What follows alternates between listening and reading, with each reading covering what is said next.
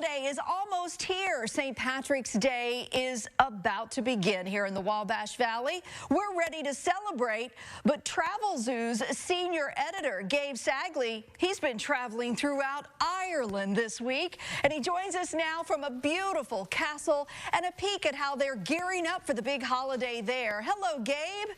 Hey there, Julie. Happy St. Patrick's weekend to you. So you are at one of Ireland's most famous castles there. Tell us more about it. I mean, check this out, Julian. This is beautiful. This is, there are about 400 castles across Ireland. Some are these beautifully preserved landmark destinations. Some are five-star places to stay. Malahide is a great tourist attraction. It's just about 10 minutes outside of Dublin's airports. Are super accessible. But this is a 12th century castle. So think about that, 800 years of history. And you can tour this castle. It was owned for most of that time period by one family, the Talbot family. Now it is run by the local authorities, and it is a tourist attraction, €16 to come in, check out not only the castle, but the 250 acres of parkland that's surrounded. We're just up against the Irish Sea, so it's just a beautiful, glorious green setting. They've got a butterfly pavilion here. They've got these gorgeous manicured gardens, great eating on property here as well. And again, the accessibility, that distance from downtown Dublin, just a few minutes by car, makes it one of those great places to visit next time you're out here. You know, I love the castles all across areas in Europe and across the pond, so to speak. They're beautiful to see, but I know you've been actually on the road this week before the big holiday. What are some other highlights you could share?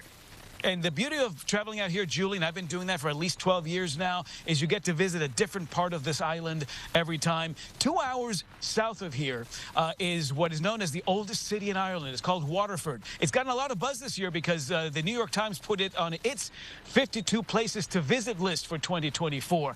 A lot of history here. I love this. It's just this is the Waterford Greenway. It used to be an old railway. There's now a 30-mile biking, hiking, and walking trail. I visited a whole bunch of museums. You've got about a half dozen museums in that museum quarter. The Museum of Time is the oldest horological museum in the country, with timepieces going back to the 14th century. So I love Waterford, great open spaces, and I also love Northern Ireland. This is one of the beautiful things about this island is that you can fly into Dublin and you drive 90 miles north and you're in Belfast in what is Northern Ireland. So a seamless trip.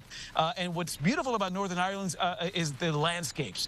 Of course, that famous show on HBO, Game of Thrones, brought a lot of these landscapes to life. And it's not just the landscapes, but a lot of the sets that they use in Game of Thrones are very much still here. In fact, when the show finished, they left the sets intact, and now you've got the Game of Thrones tour, studio tour, which is, where Winterfell was filmed, where it was the King's Landing, where it was, all these sets remained intact, and now you can actually visit as a tourist and sort of breathe in all that energy of Game of Thrones. So across the island, so many great places to visit.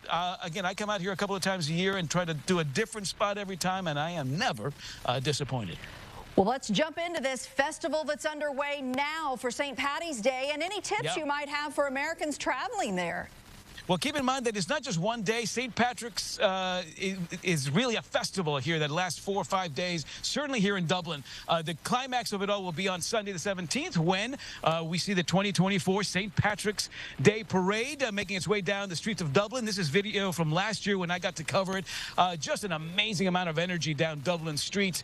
An amazing contingency out of the U.S. as well, because you've got about a dozen different marching bands from U.S. high schools and universities and colleges that come out here. You know, it's like there's that emotional connection between the U.S. and Ireland, and it's in full display when these bands make their way down the parade route this Sunday. These are some of the friends I made this morning. A lot of them will be part of that parade this year. The theme of this year's parade is Spark, which speaks to the essence of Ireland and the Irish people and that sort of palpable hospitality that those of us who have been out here know all too well. So if not this year, next year for sure, this is a great time to visit. You know, outside of the summer season, I love spring and I love the fall. It's a little bit slower. It's a little bit more calm. Prices have dropped, and a great time to come visit Dublin and the rest of this beautiful island as well. You know, I saw the Purdue Boilermakers in the video there that you were rolling of the parade from last year. That's right. How awesome. That's right. that's the point, that you see a lot of these folks from the Wabash Valley and from across the U.S. will come out here and just sort of be out for the parade. They bring their family and friends. So a beautiful U.S. contingency as part of this very Irish experience. Oh, well, top of the morning to you, and get back there and do a little dance with all those dancers, okay? There we are. You toss it to break, Julie. You bet. Thanks so much, Gabe. And stay with us. We've got more to come on Good Day Live. How am I doing, huh?